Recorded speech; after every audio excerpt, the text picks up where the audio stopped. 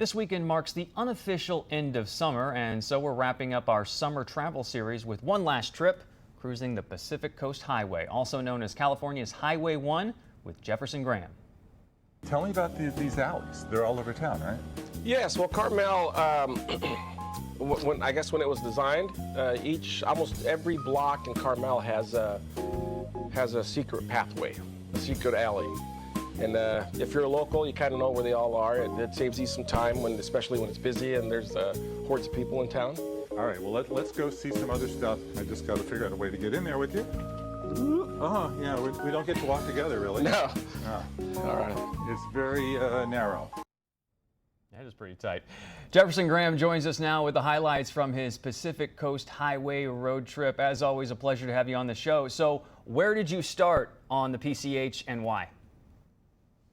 Well, I started in Pismo Beach because that's where Highway 1 really begins. We have the 101 highway, but the 1 is that collection of small towns that will take you from Pismo Beach through Monterey. And it's a stunner. People love it. I mean, it's one of the great trips in the world. The snag is that most people don't get out of their car. They just drive.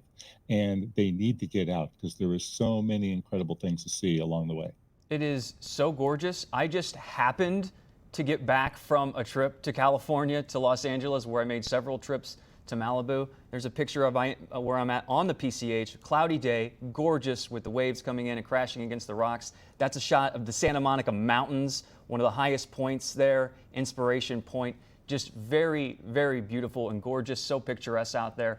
What are some of the best places you stopped in and where you took some photos? Well, the highlights are Pismo Beach, Morro Bay, Cambria, Big Sur, and Carmel by the Sea, and then, of course, Monterey as well.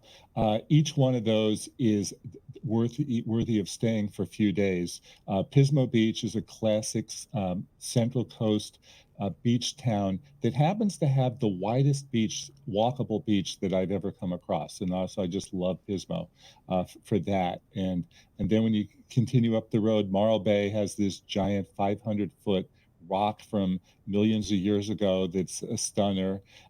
Cambria is this cute little town with a wonderful pie shop called Lynn's, and it's sort of considered Little Sur.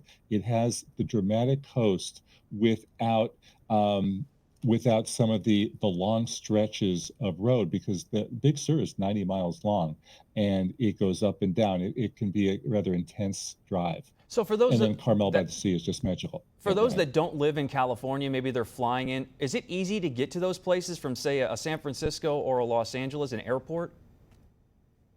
Only by car. This is a road trip. This is a wonderful, amazing car ride. There is an airport in San Luis Obispo. I wouldn't recommend flying into San Luis Obispo and renting a car. I would just recommend going to San Francisco or LA and driving either north or south.